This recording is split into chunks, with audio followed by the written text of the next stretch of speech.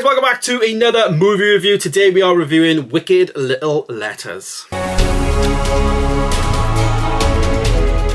Wicked Little Letters is the new movie starring Olivia Colman as well as Jessie Buckley, and it is a proper British movie. It is a comedy and it's set in like the 1920s, like English town, I guess. And it's based on I think it's based on a true story. They made a thing at the beginning saying that it was a true story, but then it wasn't a true story. A large part of it is. So it could be just like a true story that's been fabricated and a lot of fiction added to it for the purpose of the movie, if that makes sense. But the plot could be, you know, loosely based on a true story. And it's all about basically these wicked little letters getting sent to Olivia Colman's character, who she plays Edith Swan, and she lives in number 67, and then number 65, or that way around, Jessie Buckley's character Rosie Gooding actually lives. Now Rosie is this Irish single mum, you know, foul-mouthed woman in the 1920s. It's just unheard of, do you know what I mean? Like, women were meant to be the stay-at-home, you know, amazing, well-spoken, you know, wouldn't do anything wrong, just like do everything for their men type of gender, I guess.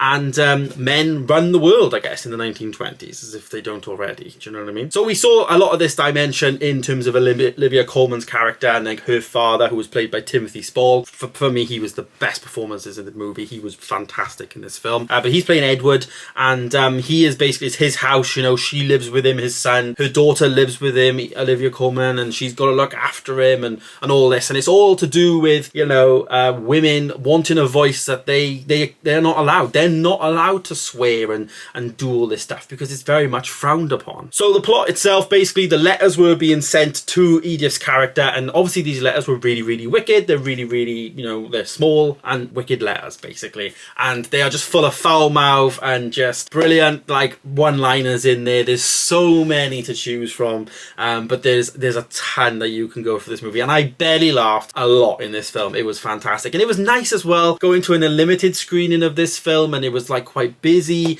and you know, there was like atmosphere. I had all ages, like there was like probably a late 70s early 80s lady next to me, and she was laughing all the way through it, and you know, and then I had a young couple in front as well. It was just nice to have, like, you know, different ages all combining and enjoying a movie in the cinema.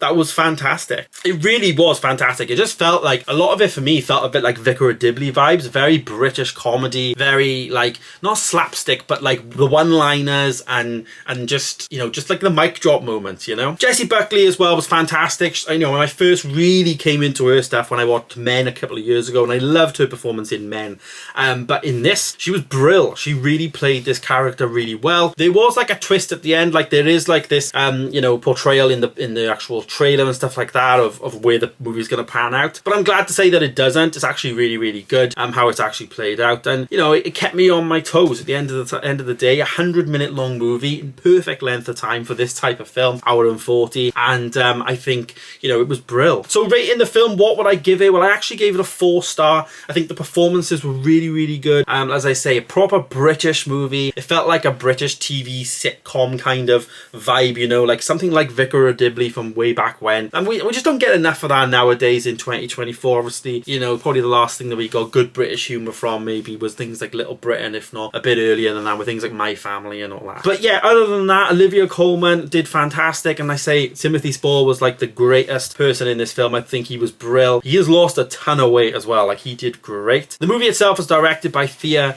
Sharrock, and I recognised their name, so I looked into it, and they basically directed Me Before You, which is that amazing heart-wrenching movie starring Emilia Clarke. So yeah, it's not quite heart-wrenching, but it's a very funny film, great cast, brilliant vibes, and just down the camera, it just looked brilliant. It just looked great. So 4-star for Wicked Little Letters. It's actually out this Friday. I managed to see it early on Monday, so I managed to get a little bit of a sneak peek on this one. But yeah, there it is, Wicked Little Letters. Thanks so much for watching, guys. Stay tuned for more reviews coming soon, and I'll see you in the next one.